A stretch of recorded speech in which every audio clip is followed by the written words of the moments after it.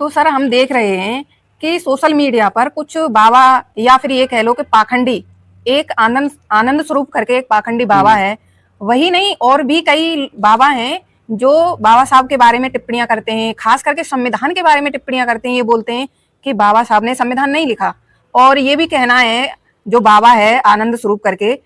वो ये बोलता है कि बाबा साहब ने दलाली करी है और बाबा साहब ने चाटुकारिता करी है अंग्रेजों की। आप इनके बारे में क्या कहना चाहेंगे? जिसका आपने नाम लिया, क्या कुछ कोई स्वरूप करके क्या आपने हाँ, आनंद स्वरूप करके। जो भी हो, दरअसल एक तो मैं इनको बाबा नहीं मानता, ये पाखंडी और धूर्त किस्म के हैं और एक गंभीर साजिश के तहत एक संगठन के द्वारा समाज में छोड़े गए ये पाखंडी हैं। तो इन पर मैं ज़्यादा बात नहीं करता। बाकी अगर आपने कहा है तो उस पर मैं ये बताऊं कि मेरा विचार क्या है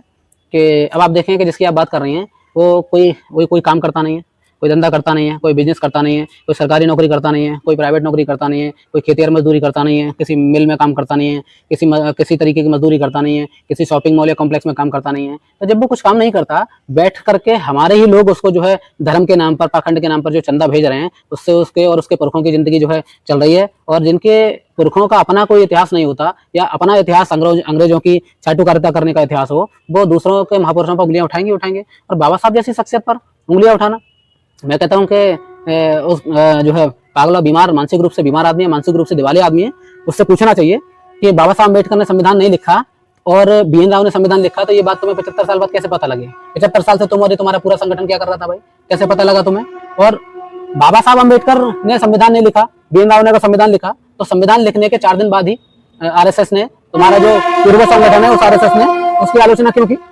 और बाबा साहब अम्बेडकर के पुतले क्यों जलाए गए? तो दरअसल इनको मालूम है कि बाबा साहब अम्बेडकर इतनी बड़ी शख्सियत है कि बाबा साहब अम्बेडकर के नाम को मिटाना तो दूर की बात है, उनके नाम को छू पाना भी और उनके कद को छू पाना भी, ये इनके हजारों साल के इतिहास को जोड़ दूं तब भी किसी के बस की बात नहीं है। बाबा साहब उस तरीके की शख्सियत है। बाकी ये है कि इस तरह के जितने भी लोग हैं, मुझे लगता है कि जल्दी बहुजन समाज के जो लोग हैं, बहुजन राजनीति में शामिल जो लोग हैं, ऐसे लोगों का इलाज कर देंगे जल्दी। मुझे लगता है कोई बहुत बड़ी बात नहीं है। जिस दिन इलाज करेंगे उस दिन के बाद इस तरीके का कोई बाबा पाखंडी धूर्त जो है और इस तरीके की बात करने की हिम्मत नहीं करेगा। और सर जो समाज में इस तरीके से बाबा छोड़े गए हैं, इसका मतलब ये साजिश के तहत छोड़े गए? हाँ, एक साजिश, मैं मानता हूँ कि एक संगठन है, उस संगठन ने साजिश के तहत इस तरीके के बाबाओं को, एक नहीं दर्जनों बाबा हैं जिनको